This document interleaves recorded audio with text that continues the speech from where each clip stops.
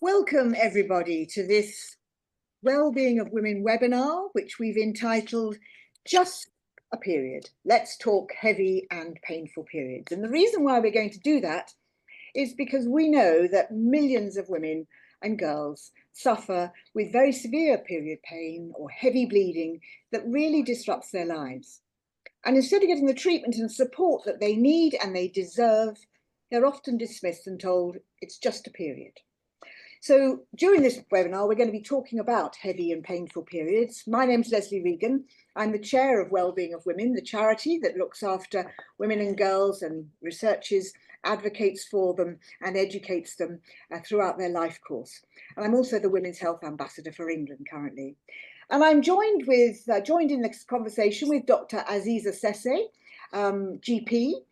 She comes from the Birmingham area, and I can also say she's a great friend now. And she's founder of Talks with Dr. Sesay. She is a health content creator, and she's one of our very, very special Wellbeing of Women ambassadors. And we're also joined by Jen Moore, who's also known as AKA at Jen.Endometriosis, writer and speaker and a campaigner. And last but certainly not least is Zaynah Ahmed, who's a 19-year-old student of journalism. And Jen and Zena are going to share their experiences of living with heavy and painful periods. So we're going to find out exactly what they mean. And I'd like the audience to understand that heavy for one person may not be heavy for another person. So we're going to try and really understand what it is about your story that's going to alert clinicians and healthcare professionals to think, oh, no, we need to help this woman. And we want you to be part of that. So if we can educate all the girls and women to actually understand what they need to do and what they should expect or not expect, I think we'll be halfway there. So we're going to talk about what it all is. We're going to talk about common conditions that heavy painful periods can lead to. And as Aziza and I think Jen know very well, I'm absolutely fixated now on we must talk about symptoms and not conditions, because you don't wake up with endometriosis one day or a uterine fibroid one day. They develop over time. And if we listen to what Zaynah and Jen had to say about their heavy or their painful or their irregular or whatever about their periods, those are the symptoms that are so important, and then we'll be able to get to the right diagnoses. So we want to talk as well. That's why we've chosen two ladies, or sufferers, shall I say, or survivors of painful heavy periods of rather different ages, because we want to talk about the impact of heavy and painful periods from a young age through to adulthood. And we're going to talk about how we diagnose and treat the problems, and then the barriers. And I think that's what our two guests are going to be able to help us to understand much better than me talking to you about it. They're going to share with us the barriers that they faced when they were trying to find help, and the stigma that they probably experienced because they didn't know what a normal period was, and the people they were talking to also didn't know what was going on. So just a few housekeeping rules before I, not rules, but ideas, shall we say, before we crack on with our very important webinar topic. And that is, we are recording this, and yes, all the audience who have registered for this webinar will be able to access the recording tomorrow, and the Wellbeing of Women team will circulate it to you, so you don't have to worry about that. You're very welcome to post comments in the chat, and the Wellbeing of Women team are going to try and collect them together. I will try to look as well. It's sometimes a little bit difficult when I've got eyes on all these wonderful speakers and also on the screen for the questions. So they're going to prompt me. And if there's something that you notice, ladies on my panel, that you really want to address, that would be good too. So please don't hesitate to butt in and interrupt. So your questions and comments are welcome throughout. So I'm going to, first of all, I think, turn to Zaynah, if I may. Is it Zaynah or Zaynah? Zaynah. Zaynah, to speak about her experiences. And I'm not going to preempt what you're going to say. I think you're going to tell us, and much better coming from your words and not mine. So Zaynah, thank you so much for joining us. And we really look forward to hearing your story. Thank you. So I'm 19 now, but I started my periods at 11. They were always really heavy and often forced me to stop doing my daily activities. I'm the oldest of three, so I didn't have like an older sister to ask for help. Obviously, I did have my mum, but she herself thought that heavy periods were normal. And it was only when it stopped me from going to school and caused it caused really bad hair loss, was when I think she started to pick up on it as well. And when I first went to a GP about 6 months into my period, when I was then asked to do a blood test and was told that my hemoglobin levels were really low. I then had to stay in hospital for 5 days and was forced to have a blood transfusion because of how low my iron levels had dropped. Um, but even then, they didn't really say that this was something to do with my periods. And at the time, I was only 13. So I don't think I was well equipped enough to be like, well, this is my periods causing it. So I just kind of listened to what they said. After that, my periods were still quite heavy. In and out of the GP, off school a lot because of it for like the first and second day of my period, I'd say. And then the pain slowly increased. The days off got worse, and then I was then diagnosed with endometriosis and adenomyosis. My goodness. So what a roller coaster, and all the time being told that this was normal. And I just wanted to pick up on one thing you said about your hair falling out, because it's actually very, very common amongst women who have low iron levels. And so I think it's really important for our audience to understand it's not just the hemoglobin that they need to have checked when they go and see their doctor or their specialist. They also need to ask for a serum ferritin level, which is a measure of the iron stores, and their transferrin levels, if it's also possible to get that. But ferritin, absolutely marvelous indicator of when you've got low iron stores, and it's very, very common. And even if your hemoglobin is normal, you may have iron stores that are right at rock bottom because you're not losing more iron in your menstrual period each month than you're able to absorb from your diet. So very important point. Yes, full blood count, but also ask for a ferritin level. And we now know that we can offer women not just blood transfusions, but actual ferritin iron infusions, which really, really help. And I have so many ladies say, oh my goodness, and my hair's all come back to normal now. So it's a very important point that you mentioned there, Zaynah. Now, did anything stop you from seeking help? I mean, you say your mum felt that this was just what girls had, probably what she had as well. Yeah. Did you actually meet barriers, did you feel? I feel especially when I first started, I was only 11 and I was also starting secondary school at the time. So I feel like I had a lot going on at once. So I felt that if I did speak out about it, they'd say maybe you're just stressed out about everything like coming all at once, if that makes sense.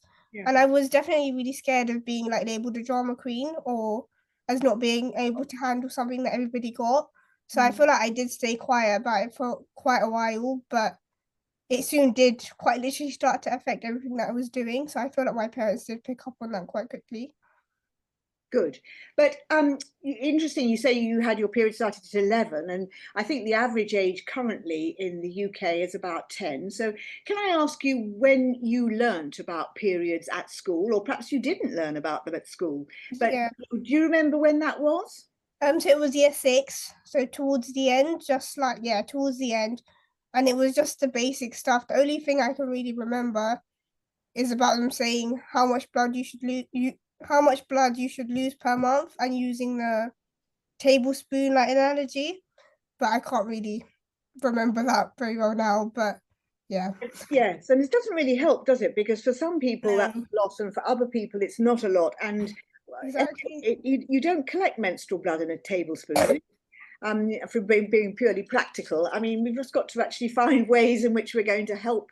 We're going to help everybody to understand. But I think the most important thing we should say, emphasize here, is that it's not normal not to be able to go to school and not be able to function. And that's what you were telling me. You were stressed and you were starting your secondary school, and they didn't tell you very much about it. So I think one of the messages we're getting here, and I think Aziza will probably concur with me although she doesn't have to, she can have her own view. But we need, you know, the younger you teach young girls and young boys about menstrual periods, the better everybody will be, because the boys need to know about it as well.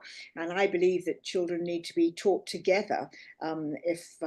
If they do that, of course, we wouldn't have a crisis about women going into the menopause without understanding why they're feeling so awful. Because, of course, if you understand all about periods, and it's not complicated, then you will understand that all people who menstruate are going to stop at some point, and some women or girls earlier than others. So that's really important. Now, you had your diagnosis. You say you were diagnosed with endometriosis. So how did that happen? I'd say that my pain got increasingly worse when I was in year 11, so about 2021, I'm going to say. Yeah, and then I was in year 11, so I had my GCSEs coming up. Oh, My no. pain was absolutely awful, and it wasn't just during my period anymore, it was all month round. And I often found myself at home, I'd often find myself waking up and not being able to go into school purely because of the pain. And I felt like I couldn't really explain it, because first when it was only period pain, that was only 1 week during the month, and all of a sudden it was all the time, and I was like, how can this be period pain if if I'm not bleeding? So I feel like that was something quite hard to deal with. And then obviously I went back to the GP and tried to get that looked into further. And what did they do for you then? What did the GP say? So the GP first prescribed me painkillers for the pain, so cocodamol and naproxen. I was then put on the combined pill too, and I was also seeing a gynecologist. Yeah, and then I was just going through these different like procedures, if that makes sense. So of the coil, so of different pills and painkillers, and diet and yeah, diet changes as well to see if any of that would help. And what diet changes did they suggest you follow? So I think after my first appointment, she did give me a diet sheet, and basically said that like to check if I was like gluten intolerant or lactose intolerant, things like that. But she said it could be IBS at the beginning, because she said if you're getting pain all the time, then it shouldn't be period pain. So yeah, I feel like I was in a really hard place, if that makes yeah. So I was just trying to take any advice that was given. No, I think I can completely understand, and you feel a little bit swamped by it all. And if you can't go to school, it really is awful, isn't it? And then what else did they say? You said they tried you on different pills. What happened then? I feel like a lot of them didn't really work for me. So I was often going back and being like, well, I'm still getting pain. Like I'm desperate. I really, really need an actual solution and a long-term solution. Um, I then had my laparoscopy in June 2023, and then I had the coil put in. And during the laparoscopy, they found endometriosis and adenomyosis. So I felt that I finally had answers, but now it was about actually managing them. I then also had the coil put in, which I feel really did help with the pain and the bleeding. Yeah. Now, do you want to just explain to the audience what type of a coil you had? I'm Yeah. guessing it was the Mirena coil, or it Yeah. was K-less or J-des or Kylina, one of those three. Yeah. It was, yeah, I've got the Marina coil. Good. So the Mirena coil is it's a contraceptive coil, but the magical thing about the Mirena and the J-des and the Kylina ones, which are rather lower dosages, is that they contain progesterone hormone. And the marvelous thing about that is that when you put the coil with the progesterone in the barrel of the coil into the womb cavity, it gets slowly dissipated out, or slowly it seeps out, and it starts to control the womb lining. And over time, usually takes about 2 or 3 months, most women and girls will find that their periods reduce in size for the simple reason that the progesterone gets the womb lining to stop thickening up. And the other marvelous thing, as you've just described so beautifully, Zaynah, is that it also, the progesterone relaxes the blood vessel walls and the muscle walls, so pain is much, much reduced. And I think it's really important to emphasize that these IUSs, or intrauterine systems, are very different from the old-fashioned copper coils, because we used to give women painful heavy periods when we put in copper coils frequently. That's what my patients used to tell me. And we use Mirena coils to treat painful heavy periods, and they have revolutionized gynecology. So I'm sorry it took a long time for you to get one, but I'm very glad to hear that it helped you when you did get it. So I often say to the trainees when I'm teaching in the operating theatre, you know, when I was your age, it's a long time ago, when I was your age, we were all doing hysterectomies for relatively young women who had painful heavy periods, and we didn't have all these marvellous things. And now it's very rare for my trainees to actually see a hysterectomy for painful heavy periods, because we don't need to do it. So it's been that dramatic. So Zaynah, I thank you so much. Is there anything else you'd like to add? What would you like your old 11-year-old self to have known? That speaking out wasn't something bad, and that if you feel that there is a problem, and even if you feel like it's small, at least you know you've spoken out and have taken that step to tell someone instead of bottling it up. And I think this might be a good moment, if you agree, that I'm going to just remind everybody that if they go on to the Wellbeing of Women website, they can get hold of our booklet, you see, Just a Period, and then they can go on to the website, log in, and then you can fill out the period symptom checker. And as you fill out or answer some very simple questions about your periods, at the end of it, they will ask you for your email address, and then as soon as you've plugged in and press send, they will send you back a short letter with Wellbeing of Women at the top to make it seem very bona fide.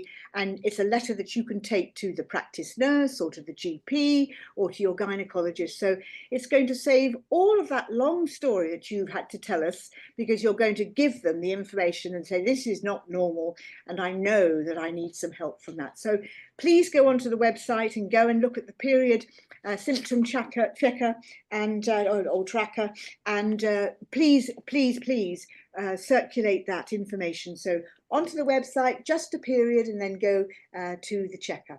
All right, and I think we're going to save an awful lot of women from having to wait such a long time as Zaynah did. Zaynah, thank you so much for coming to share your story today. It can't be easy to talk about it, but I'm glad to hear that you're feeling a lot better now. And I'm going to move, if I may, over to Jen, and you're going to tell us a little bit about your experience, Jen. Yeah, so like Zaynah, mine started when I was 11 as well, with my first period, and instantly they were just awful. They were so painful that I couldn't stand up straight. I was on the floor of my parents' bedroom. I couldn't straighten my spine. I was losing so much blood that I would pass out. They were just horrific from the bat. And my mum also had endometriosis, and so she very quickly took me to a GP. She was very concerned, and we were just told that, you know, some girls are unlucky, that you know, some girls just have these awful periods and they will either settle down, or she will just be an unlucky one and learn how to cope with it. And I only found out relatively recently that my mum was actually made to feel as if she was pushing her own medical history onto her daughter. Oh no. Yeah, which I found really heartbreaking when she told me that recently. And so that was kind of my story. I was put on the pill straight away to manage the symptoms, but with no further investigation into the pain, no checkup as to, you know, has this helped? And that was that for 22 years. I was on that, and I would go back frequently because nobody told me that I didn't have to have the withdrawal bleed either. So every month I was having my withdrawal bleed, like I thought I was being a good girl. And it was just as horrific. I would be bedbound for a week, missing school and then later work. Again, just completely confined to the house, or if not my bed. And it was during lockdown, I decided that I would come off the pill. And just like Zaynah described, suddenly these symptoms that had been confined to a week of the month, they transitioned to every single day. I would just pass out in the street, either through blood loss or pain in my hips and my lower back. I had to start using mobility aids. I would crawl from my bed to the bathroom. My husband would sometimes have to like literally pick me up to help me get to and from. And I was just in absolute agony. And that was in my early 30s at this point. And it took me 22 years then to get a referral to a gynecological service, where eventually I was diagnosed with endometriosis, adenomyosis, and fibroids. Wow. Wow, dear, oh dear. So what do you think? I mean, I'm so sorry for your mum as well, because there she was, being a wonderful mother and really protecting her daughter from having to experience what she'd experienced. Oh dear. She was right. Awful. But you know, what do you think now when you look back on it? What do you think about it? I mean, apart from being very cross with everybody who didn't listen to you, Yes. putting that aside, because that's not the most constructive thing. What do you think? What did you really need at that time? To be believed. The amount of times that I went, not just to one doctor, not just to one type of doctor, and not even in just one area of the country, the amount of times I was told it can't be that bad. No, periods aren't that heavy. They're not that painful. Are you being a bit dramatic? When I mentioned endometriosis as a possibility that I was concerned about to a doctor, one of them told me, "Oh, endometriosis is awfully trendy now, isn't it? Everybody wants to have it." And so I think if I had just been believed and taken at my word, and if the doctor didn't know instantly what to do, then okay, maybe they hadn't been trained in that at the time, but to pass me on to somebody who would know, or to say, do you know what, I'm going to find out. That's what I needed. I needed that kind of humility and just human decency. Yes. And one of the things that I often say when I'm in my ambassadorial role is that, we have to get this right, because there's nothing else that happens to human beings quite so often as having 12 periods a year for nearly 40 years of their life. And think about all those days that you got spoilt, or you weren't able to go to school, either you or Zaynah, or you haven't been able to go to work or whatever, as a result of not being diagnosed with the problem. And all you had to do was someone had to listen to the symptoms, didn't they? So tell me, if you'd had the period tracker then, would that have helped you? I honestly think it would. I was listening with interest to your question to Zaynah about, when did she learn at school? And the truth is, I didn't at school. I learned how not to get pregnant. Yes. And I learned probably at GCSE biology, the very simple mechanics of what menstruation was, but I never learned about the rest of the cycle. I didn't learn that until I'm in my early 30s. I'll hold my hands up about luteal phases and follicular phases. That was all new to me. And so, yeah, I think absolutely it would have helped. And not only would it have helped to reassure myself that this is not normal, and actually, this isn't what everybody is dealing with. Like, I managed to convince myself, but to have that letter that is generated by the checker to then go to a doctor and say, look, this is advising that I do need further investigation. And then if I was still dismissed, which I'm sure some people still would, then to be able to say, can you please put in my records the letter then and why you're going against that advice? I think there's a lot to be said in the checker for how we can use it as patients to help advocate for ourselves, definitely. Yes, and as I was saying earlier to my members of my panel before the audience joined us, I think it's also really helpful for GPs who have a massive workload of lots and lots of different things that they've got to keep up to date with.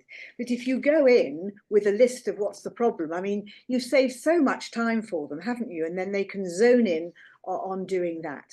And as I say, although they don't have to be menstrual health experts, if you are debilitated and you can't go to work or you can't go to school, then that's not normal. And if they're not the person who knows how to fit a Mirena coil or to start you on a back-to-back pill, then they need to refer you on to another member of their practice or to a secondary care. So I think what's important is that we mustn't ignore this. We mustn't tell women if they're distressed by it that it's just a period. We've got to take it seriously, because it's such a common issue that we cannot afford them to be wasting their time on all this. So you obviously had a difficult time because you missed school and then you've missed work. How are things now? And what would you want to tell your old 11 or 12-year-old self? Things now are different. They're wildly different to the life that I thought I would lead. I had a hysterectomy in 2023 for adenomyosis and fibroids, because unfortunately that was the sort of last remaining choice. That's the right word, choice. And so, yeah, my life now is very different to how I imagined it would be. And that's okay. I'm learning that that is okay, and that there's plenty of joy and love and future for me. But yeah, it is different. And I would want Jen to know that that's okay, 11-year-old Jen to know that that's okay, but also that none of this is her fault. I think a lot of guilt and shame still exists around periods, and heavy periods as a symptom and painful periods as a symptom, that maybe we're not dealing with them properly. Maybe other people are just better at it, or, stronger, or have better pain thresholds. And I definitely fell foul of that when I was a child. And I felt that I had to keep that to myself. I felt that, that was just women's lot in life, and we just got on with it and dealt with it. And I would want her to know that it just doesn't have to be like that. And that things will change as well. Sorry that I'm sneaking in an extra one, but I would want her to know that things will change, and that change is coming, and it will take time, but there are amazing people out there that will dedicate their lives to making sure that it changes. Thank you. That's very, very reflective. And if I may say, very, very generous way to have dealt with the medical profession, who I think really have let you down. So thank you very much indeed for that. Now, Aziza, let's come to you. And Jen mentioned about follicular and luteal phases. So just to ensure that our audience are all tuned into this. So, the average textbook period comes every 28 days, and you call day one of the bleeding day one, and then during the first half of the cycle, so in this textbook case, the first 14 days, it's the follicular phase. And it's called a follicular phase because you're developing a follicle, because in the middle of the cycle you usually ovulate, or you let go of the egg from one of the two ovaries. And then when the egg has come out, the little pocket of the follicle left in the ovary, which used to contain that egg that's just been popped out, that starts to produce another hormone called progesterone. And that's why we call it the luteal phase, because the corpus luteum, luteum being the Latin for yellow, it looks actually quite yellow if you look at the ovary at the time. And then the progesterone makes the womb lining more receptive to an implanting embryo. And then we get to the end, so we say about day 26 or day 27 of the cycle, textbook cycle, because I can almost hear the audience saying, oh, my period's much longer or much shorter, but that's the textbook one, to make it simple.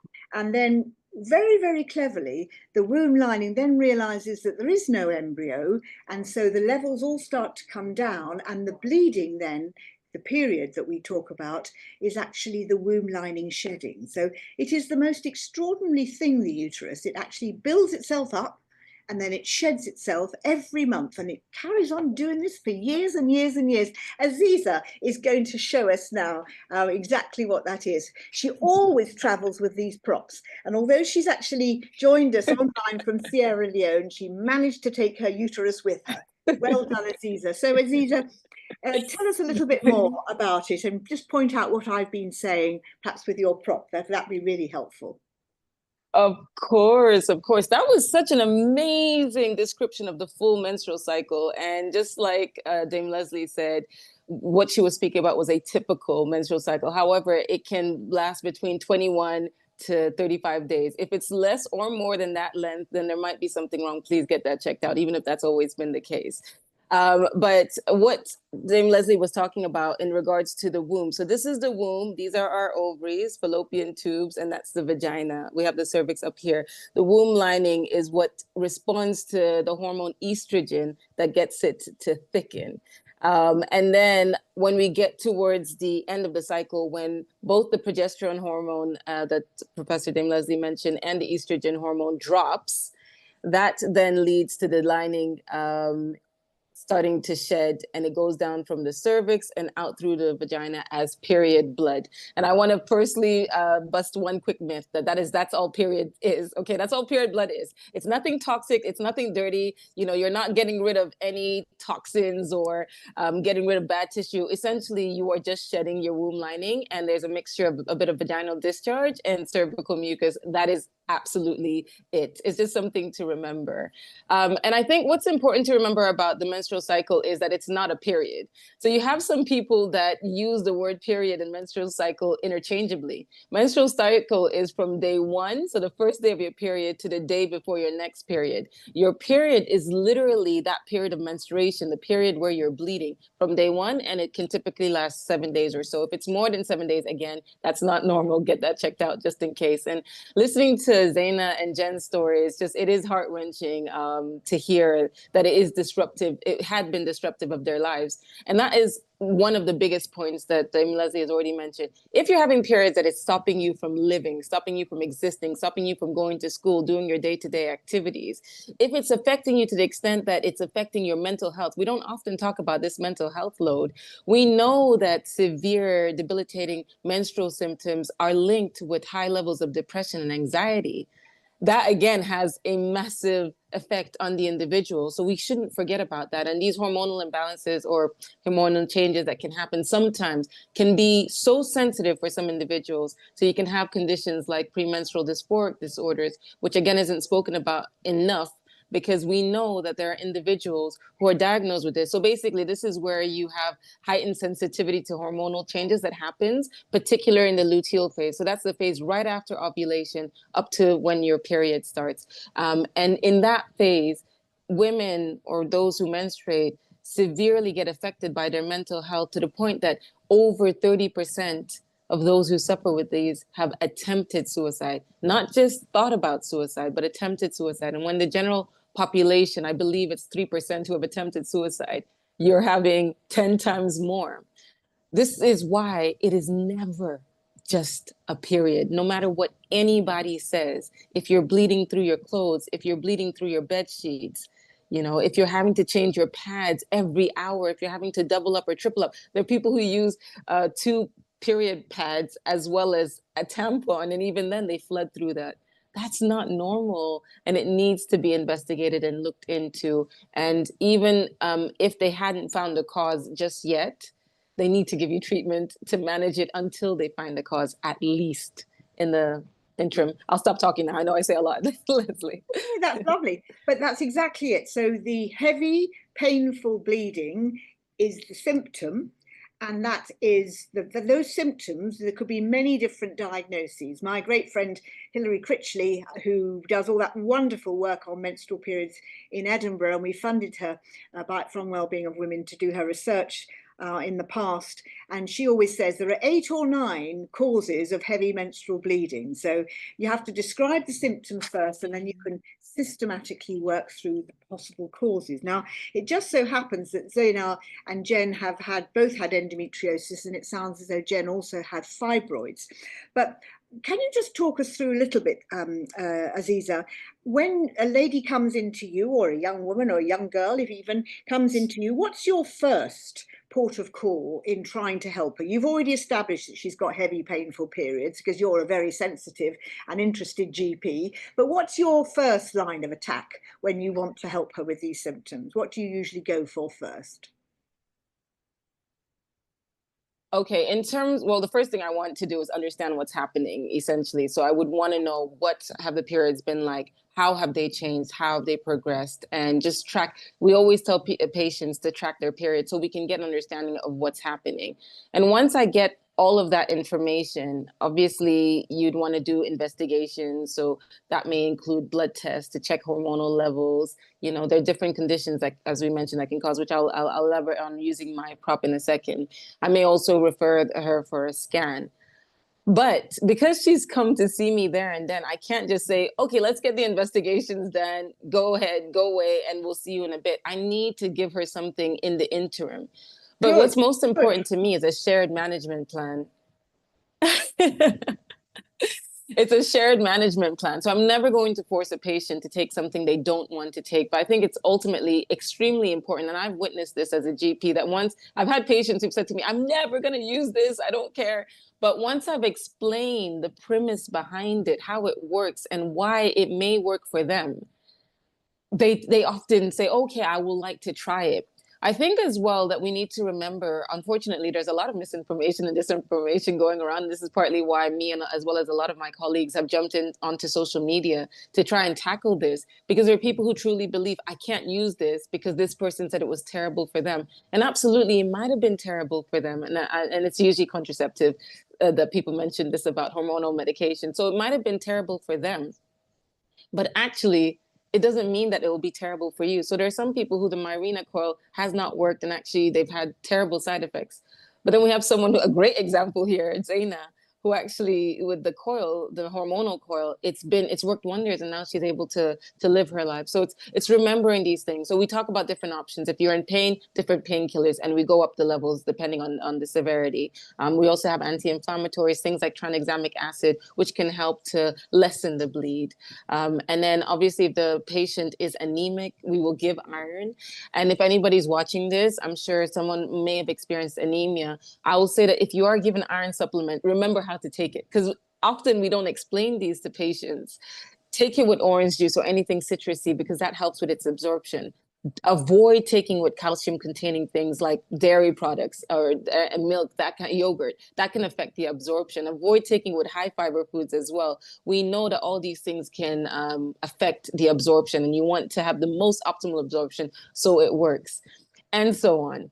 And now in terms of conditions that can cause it, we've mentioned fibroids. So fibroids is where you get benign growths in and around the womb. And that's what Jen had mentioned. You may also have endometriosis. So that's where you get endometrial-like, sorry, this is a mirror image, endometrial-like lining. So tissue that's similar to the endometrial lining that's outside of the womb. So it could be on the ovaries, fallopian tube, vagina, your bowel, your bladder, and that's what causes the debilitating pain. Adenomyosis is where you have the womb lining that's growing into the muscle layer of the womb, and then it causes the symptoms. Then you might have PCOS. Now that name is such a misnomer. It stands for poly, which means many, cystic, which means cyst, ovarian ovary syndrome is just where you have a bunch of symptoms that happens with the condition. But actually what you're seeing are not cysts. They come across as cysts when they do an ultrasound scan, which is a scan that they often do with pregnant ladies. But actually they're immature follicles. And because of the hormonal dysregulation that happens with PCOS, the follicles, as Dame Lesley explained earlier, that are trying to mature, none of them get mature enough to release the egg, so they appear as a cyst, but actually they're immature follicles. So those are common conditions, but also you can get conditions like thyroid hormonal disorders, so where you have excessive release of the thyroid hormone or even underactive thyroid. These are all things that can affect and cause the symptoms associated. And I want to just point out one last thing. Even if we do investigations and they come back normal, I want you to know that your symptoms are still real, and it doesn't mean that there's nothing wrong. It may be that you need additional investigations and we just haven't found it yet. So even if someone says, well, we've done a scan and it's normal, that doesn't mean that everything is fine. Zaynah mentioned she had to have a laparoscopy, which is where you do keyhole surgery, you put little probes in the tummy to have a look, and that's how it's been diagnosed. So just another point to mention. Well, thank you. That's really helpful and really important to talk about. And I'm going to come back, if I may, to the different types of painkillers, because I think there's some important messages we need to give our audience here. So, I mean, in my experience, paracetamol just does not hack it. It doesn't really help at all. But perhaps you may want, you may have a problem with non-steroidal anti-inflammatory drugs, so you might have to take that. You mentioned Zaynah, you mentioned giving codidromol. Well, I'd hate to be given codidromol because it's almost guaranteed to make you feel really constipated, which is just going to make your pelvic pain even worse. So I'd very much avoid those sorts of medications. But the non-steroidal anti-inflammatories like ibuprofen are really, really good. And I don't think a lot of people realize that the two things they're really good at, ibuprofen, is womb pain and tooth pain. Now, why it is that the womb and teeth and your gums share these same receptors, I don't know. No one's ever been able to explain it to me, but it's good for both of those. So ibuprofen, and you can take it up to 400 milligrams 3 times a day. Or as someone has said in the chat here, diclofenac, that's also, but you usually often have to get a prescription for that. But you can get ibuprofen 400 milligrams a day, and that can be really, really helpful.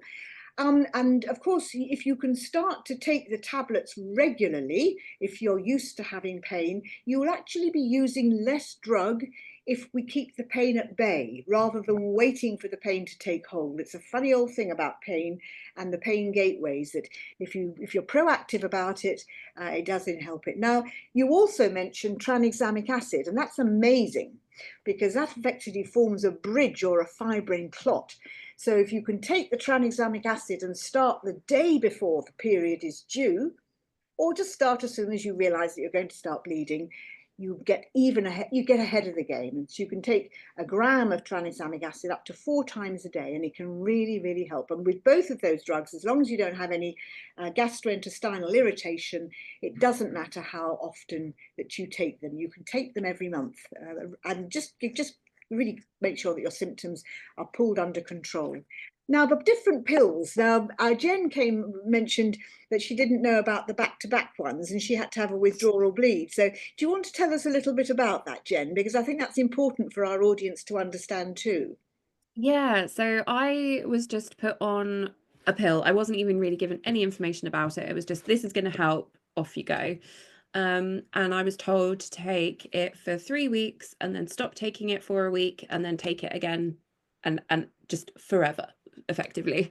And it wasn't until, again, in my early 30s that I was talking to someone, I think, and they said, oh, did you never have the one that you don't have to have that bleed? You just kind of, just run the pill continuously. And I was like, that was just like wild information to me. I thought, why on earth would nobody have told me that? Especially because for 22 years, I was going back and saying, look, I can cope through the month, but this week where I still thought it was an actual period at this point, not a withdrawal bleed. And so I would go back and say, I'm still really struggling. I'm still bedbound. It's stopping me from having a social life. It's stopping me from working. And nobody thought to say, why don't we try one where you don't have to have a bleed? Yeah, and again, I'll hold my hands up and say that I wasn't until my 30s that I learned that, and it was purely accidental that I learned it. It wasn't ever something that came through a medical source. I'm sure Aziza would be able to explain it far more, like the difference between the two. But yes, it was absolutely mind-blowing to me when I learned that I didn't have to be having all of that pain for 22 years. It was a bit of a shock.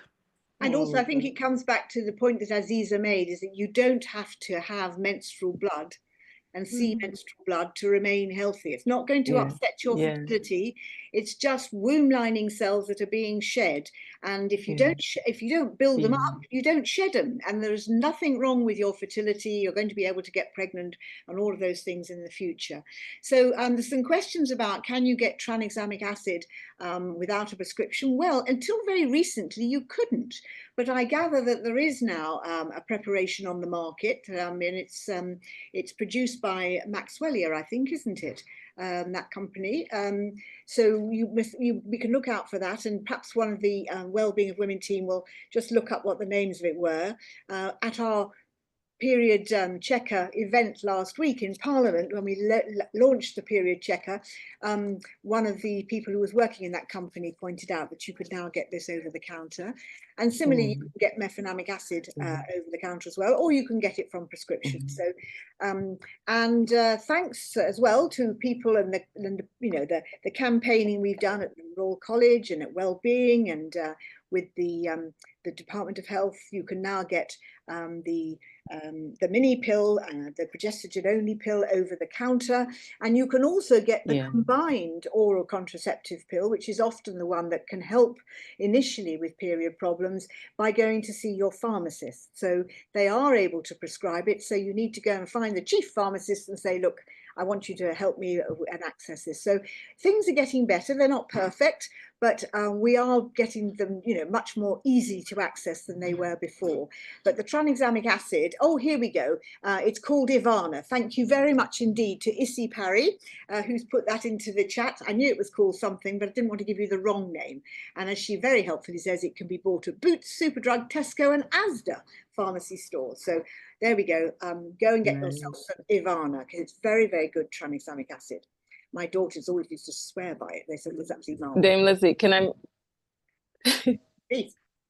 Could I mention just something really quickly? Because I saw a comment, someone was saying that we're talking a lot about medications, but there are lifestyle things that can help with some of these symptoms as well. So for instance, particularly with conditions like PCOS, lifestyle is like the key thing first and then everything else.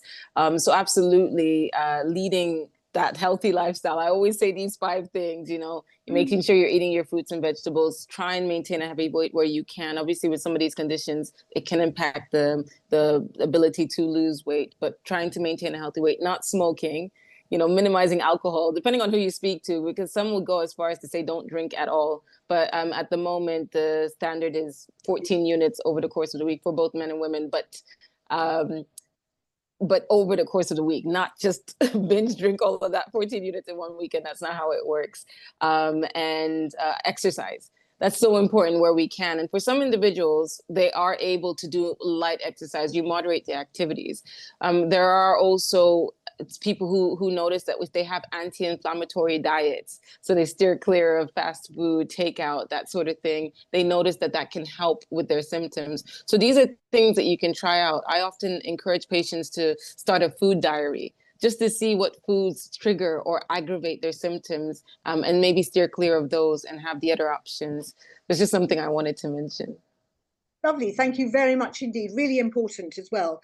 There's a question here from somebody who says they've got ulcerative colitis and therefore they can't take ibuprofen, so they've been taking paracetamol, and that they've initially been diagnosed with endometriosis and having fatigue and constipation and putting a lot of weight on. So some of the comments that you, some of the symptoms that you flagged up just now, Aziza, but I would say to that lady who's got the ulcerative colitis, you really do need to go and talk to your doctor about having a Mirena coil, because that could be a very, very helpful way. And it will also calm it's not going to cure, it's not going to treat the ulcerative colitis, but the reduction in inflammation may be will be helpful as well. So the back-to-back pill last year, came off the back-to-back pill. My symptoms every month were much the same as before I was put on it. But I don't think there's any reason why, unless you want to become pregnant, that you shouldn't carry on taking the back-to-back pill. What do you think about that, Aziza? I always tell my ladies that, you know, if it works and it stops you being in pain, then that's fine.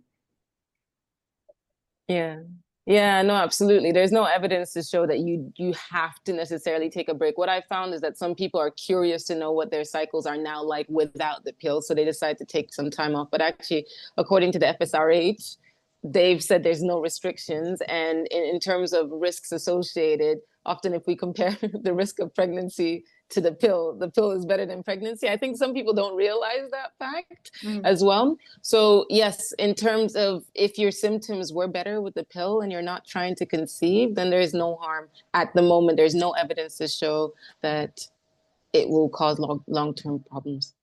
May I just interject there and just add one thing to that, and just say that with conditions like endometriosis, where so many of us are put on these pills very, very young with no further investigation, that it's also important then to make sure that you're kind of having the root cause of the pain, you know, the period pain, the period heavy periods, or symptoms, as and that there is potentially a cause for that. And it's from the people that I speak to a lot, sometimes they come off because they're concerned that maybe something underlying is happening that's being masked by it, which can be a bit of a concern for many people. But kind of remembering that they can be fantastic for symptoms and actually allow you to live a life again, but to remember that, you know, they aren't curative for some of these conditions that we're talking about as well. Okay, thank you. No, always. And then Maria's asking, has anyone had endometrial ablation? And if so, have their premenstrual syndrome symptoms got worse as a result? Aziza, have you got, how many of your ladies have gone off for endometrial ablation? I think it's very idiosyncratic. Okay, the ones who've gone off for Yeah, so the one, sorry, I missed some of what you just said, but in terms of what my experience with endometrial ablation, the ones who often get those are those who have completed their families, for one, and usually for fibroids or very, very heavy periods. And it's worked wonders. It's basically almost the equivalent of having a hysterectomy for them, But obviously they don't have the risks associated with a hysterectomy, and obviously the symptoms that can happen post-hysterectomy. So if you wanted to have a chat with your doctors about it, and as I say, it's often offered to women who've completed their families, unless obviously you don't want to have children, then it should be okay in the long term. But can I quickly, if it's okay, just touch on one quick thing that Jen mentioned in terms of ensuring that you know what's happening underlying, because I think so for instance, Jen and Zaynah both have, Jen, you have all three, don't you? Had all three: adenomyosis, endometriosis, and fibroids. And Zaynah, you have endometriosis and adenomyosis, right? Often when I've noticed that when people are diagnosed with just one condition, so for instance, fibroids, and this has been the case, particularly for marginalized communities, and if I talk about Black women, they have fibroids and they put all of their symptoms down to just it being fibroids, when actually they have fibroids, endometriosis, and adenomyosis. So this is where I would encourage anybody listening to this to know your normal. Even if your normal is technically not normal, if it starts to change, if you start to bleed in between your periods, or you're noticing bleeding after sex, or it's become heavier or more painful, please go get it checked out, because we need to ensure that there's nothing else going on, and we need to exclude more rarer serious cases like cancer. I'm not saying that's the case, but it's just something to be aware of, and don't always put your symptoms down to, oh, it's just because of that, particularly if it's changed. Thank you, that's really helpful. Zaynah, is there anything you'd like to add in here about the medications that you tried? I feel like because I was quite young, I just had to kind of listen to what I was just given, if that makes sense. So I didn't really ask any questions, because again, I did feel like going to the doctor meant that like they did have your best interest, and everything that they did give you would work or should have worked. So yeah, I tried, I'm going to say 5 different pills, both tranexamic acid and mefenamic acid, which obviously didn't work that well for me. Again, I do think that they do work for some people and they don't work for others. I found that the tranexamic acid and mefenamic acid did work for me for about 3 years, and then that's when my symptoms started getting worse again in year 11, and that is when I did go and start looking into my diagnosis for endometriosis and adenomyosis. Thank you very much for that. And there's also some other comments from some of the people in the audience saying, have you tried raspberry leaf tea? And somebody's also talking about the benefits of turmeric, which is meant to be anti-inflammatory. I haven't got much experience of turmeric, but several patients have told me about this recently. And then there's some other things that we probably need to address here now. So there's a lady saying, is it okay to have a Mirena coil because my mum had breast cancer? And the answer is absolutely, it is fine, because we need to really understand about breast cancer and hormones. So often it's assumed, oh my goodness, it's being caused by the hormones. But remember that breast cancer is very, very common. And if you were coming to one of my lectures about this, you would see I've got a lovely little infographic of all the people that are out of 1,000 who are going to get breast cancer. And actually, if you're taking combined hormone replacement therapy, and this is for later in life, then you get a few more cases of breast cancer, but you don't get any more serious cases and you don't get any more deaths. And meanwhile, those hormones can often prevent you having heart disease or frailty and osteoporosis, so thinning bones. And also there is some evidence to suggest that it may protect you from some sorts of dementia. So please, please make sure that you're not told as a blanket diagnosis, oh, you can't take that because there's a family history.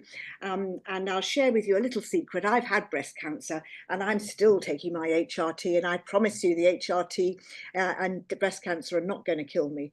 It's going to be something else that does.